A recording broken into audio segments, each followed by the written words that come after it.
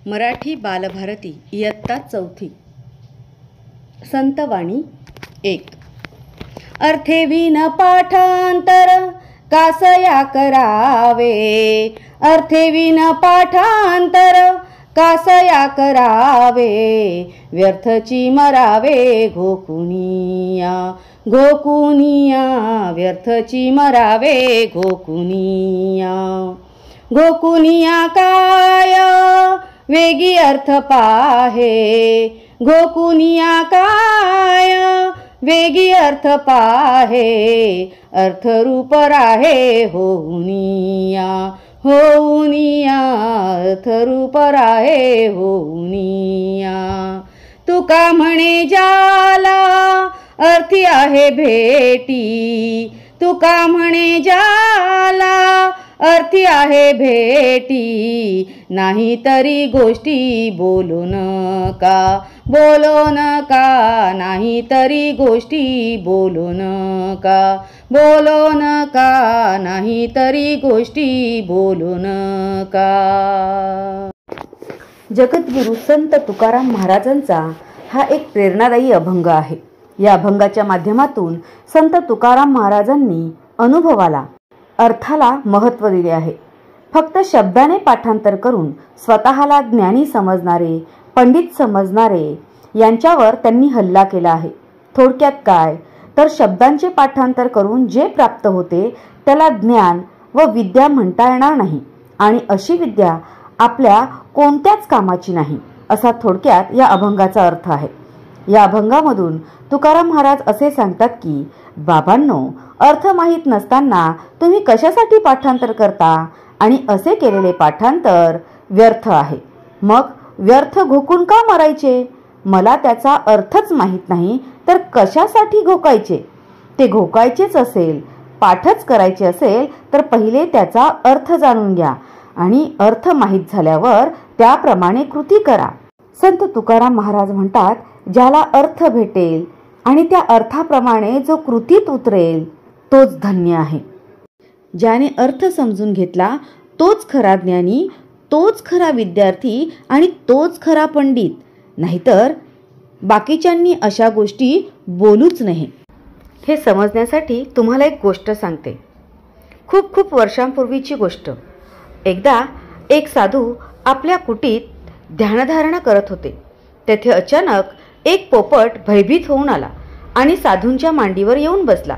थोड्या वेळाने साधू महाराजांनी डोळे उघडून पाहिले तर मांडीवर पोपट बसलेला. पोपट भीतीने थरथर कापत होता. शिकाऱ्याच्या तावडीतून कसाबसा सुटून तो साधूपर्यंत येऊन पोचला होता. साधूंनी त्याला अभय दिले.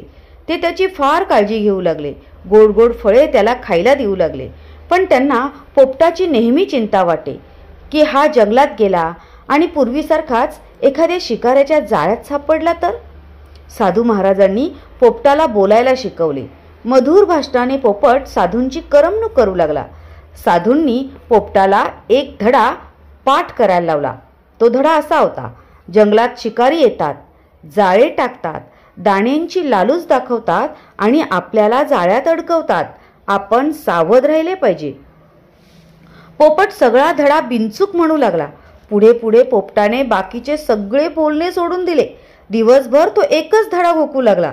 स्वतःच्या बचावाचा धडा त्याने लक्षात ठेवला, म्हणून साधूंना बरे वाटे. एकदा साधूंनी पोपटाची परीक्षा घ्यायचे ठरवले. प्रत्यक्ष प्रसंग पडल्यावर पोपटाला घोकलेल्या धड्याची आठवण राहील का? तो सावधगिरीने वागून स्वतःची सुटका करील का, की या धड्याची केवळ पोपटपंचीच करील? हे साधूंना पाहायचे होते. साधू पोपटाला जंगलात सोडून आले. काही दिवसांनी साधू परत जंगलात गेले. हिंडता हिंडता त्यांना तो पोपट दिसला. जंगलात शिकारी येतात, जाळे टाकतात, दाण्याची लालूच दाखवतात आणि आपल्याला जाळ्यात अडकवतात. आपण सावध राहिले पाहिजे, हा पाठ तो घोकत होता. साधूंना हे ऐकून फार आनंद झाला. पोपटास धडा पाठ होता. इतकेच नाही तर जंगलातील सगळ्याच पोपटांनी तो धडा पाठ केला होता. एवढ्यात साधूंना जंगलात एक शिकारी दिसला. त्यांनी त्याला विचारले, तुला मी माझ्या आश्रमातील काही फळे देतो, माझे एक काम करशील? शिकारी म्हणाला, हो. साधूंनी शिकाऱ्याला काही फळे दिली आणि सांगितले, त्या झाडाकडे जा आणि जाळे टाकून बघ किती पोपट जाळ्यात सापडतात ते.